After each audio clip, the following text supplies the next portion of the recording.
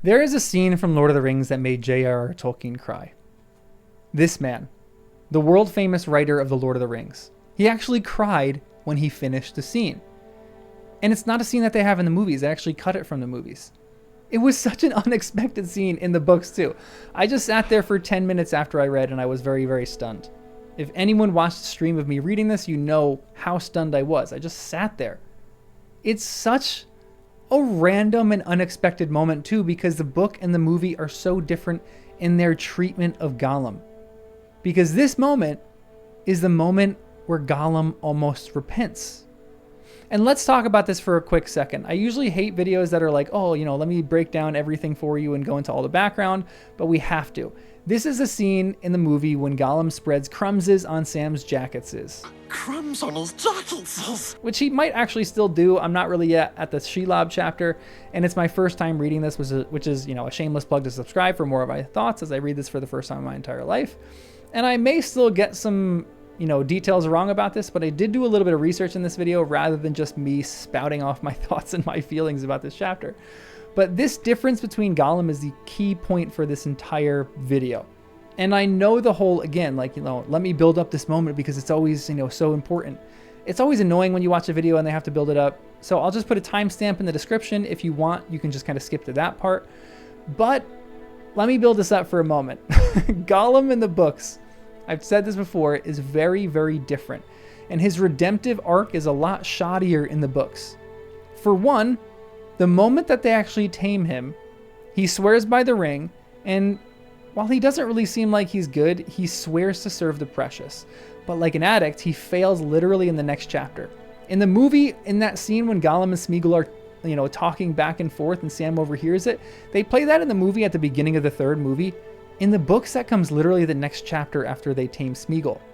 It's a conversation that Sam actually overhears as well. They're in the Emmuil, which is an impassable labyrinth of razor-sharp rocks. They are sleeping in a kind of pit thing, and the book talks about how Sam overhears him but pretends to be half asleep.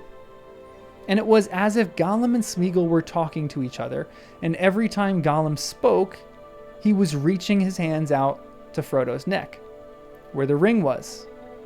It was honestly a chilling section because you didn't know if he was trying to strangle Frodo or try to rip the ring off of his neck.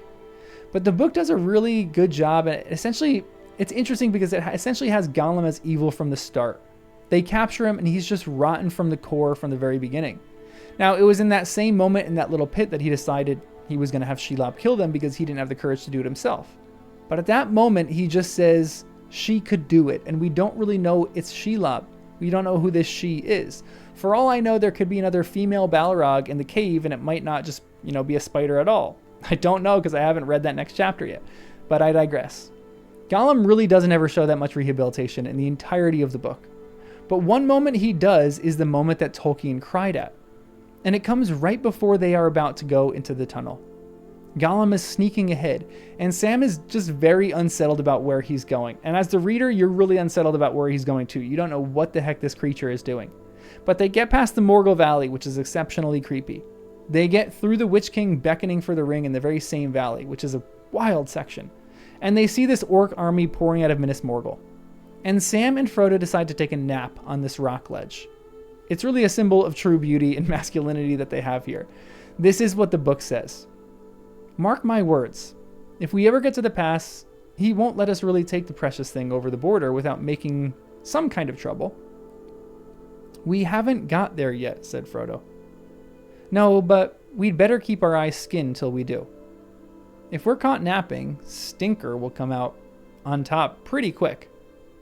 Not but what it would be safe for you to have a wink now, master. Safe if you lay close to me. I'd be dearly glad to see you have a sleep. I'd keep watch over you, and anyway, if you lay near with my arm around you, no one could come pawing at you without your Sam knowing it. Sleep, said Frodo and sighed, as if out of a desert he had seen a mirage of cool green. Yes, even here I could sleep. Sleep then, master. Lay your head in my lap. And so Gollum found them hours later when he returned, crawling and creeping down the path, out of the gloom ahead. Sam sat, propped against the stone, his head dropping sideways, and his breathing heavy. In his lap lay Frodo's head, drowned deep in sleep. Upon his white forehead lay one of Sam's brown hands, and the other lay softly upon his master's breast. Peace was in both their faces. Now, this is a little bit like La Pieta, I think, where Mary is holding Jesus, but this time Samwise is holding Jesus, aka Frodo. It's a really beautiful moment of tenderness, and it's just like, two companions cuddled up for a good nap in this really, really dark, magic-y place. But this next moment is so unexpected. If you know the books, you know how little Gollum has shown any remorse or any rehabilitation. He has been rotten from the entire get-go. And on the precipice of going into the tunnel with Shelob, he comes down the stairs, and this is what the text says. It is wild. Gollum looked at them. A strange expression passed over his lean, hungry face. The gleam faded from his eyes, and they went dim and gray, old and tired. A spasm of pain seemed to twist him, and he turned away, peering back up towards the pass, shaking his head as if engaged in some interior debate. Then he came back, and slowly putting out a trembling hand, very cautiously, he touched Frodo's knee. But almost the touch was a caress. For a fleeting moment, could one of the sleepers have seen him, they would have thought that they beheld an old, weary hobbit, shrunken by the years that had carried him far beyond his time, beyond friends and kin, and the fields and streams of youth, an old, starved, pitiable thing. He's actually repenting here, or a hair from it. It is so terrifically sad, and every word of this is a tragedy. Gollum is looking at them after coming down the stairs, and his eyes go gray, which seems to be a signal that he's Smeagol and he's thinking in his right mind here. And they also go old and tired. It's like he's sick of chasing after the ring and he's ready to rest with Frodo and Sam. He wants to join them in this little snuggle fest.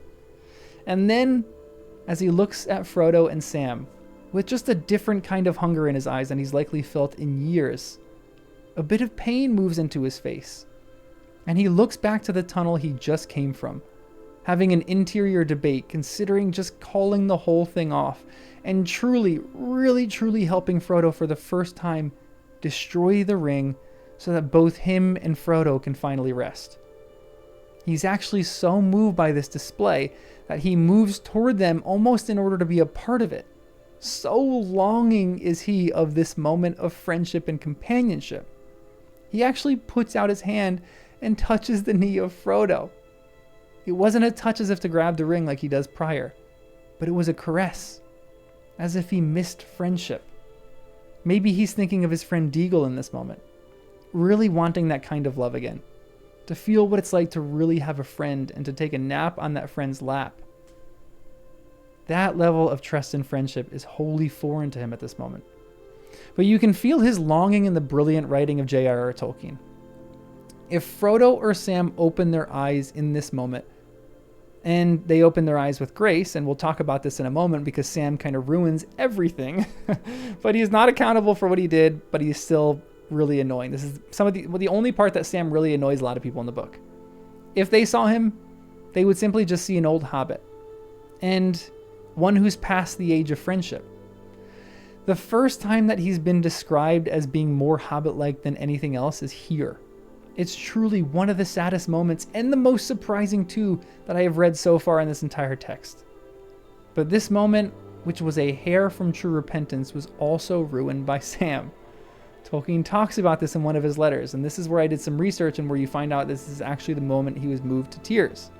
Tolkien writes in letter 96, "For myself, I was probably most moved by Sam's disquisition on the seamless web of story, and by the scene when Frodo goes to sleep on his breast, and the tragedy of Gollum, who at that moment came within a hair of repentance, but for one rough word from Sam."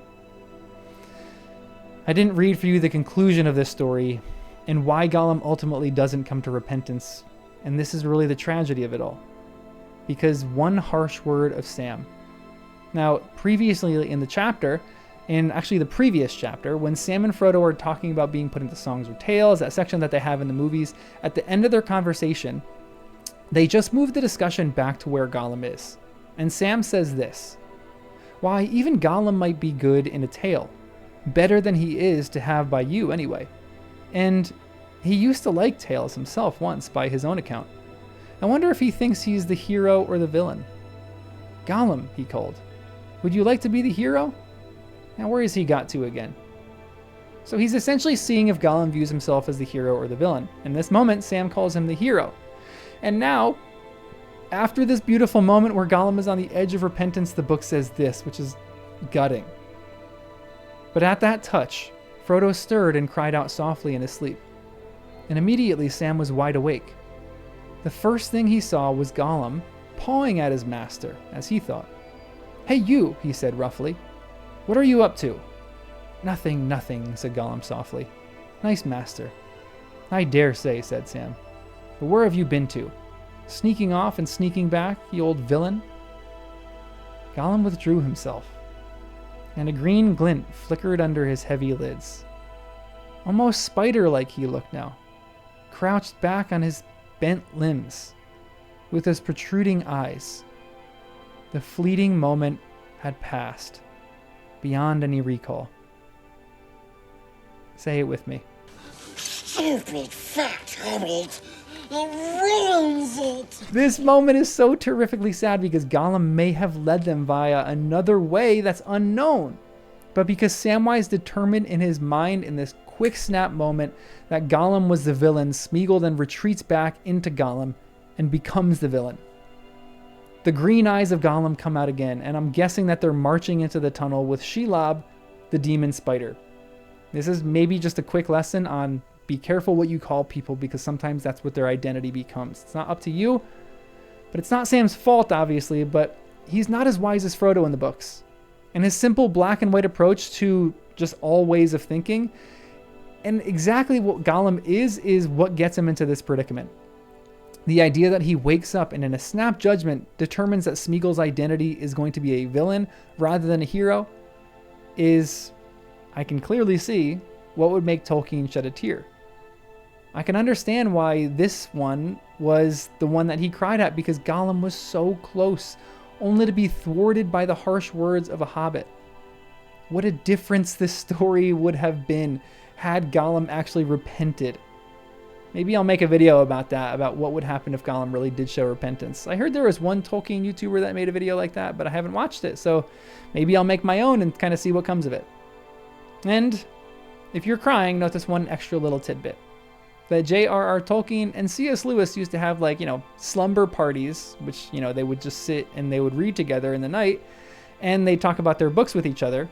And JRR Tolkien wrote in a letter to his, to Christopher Tolkien, he said this: here is a small consignment of The Ring, the last 2 chapters that have been written, and the end of the 4th book of that great romance, in which you will see that, as is all too easy, I have got the hero into such a fix that not even an author will be able to extricate him without labor and difficulty.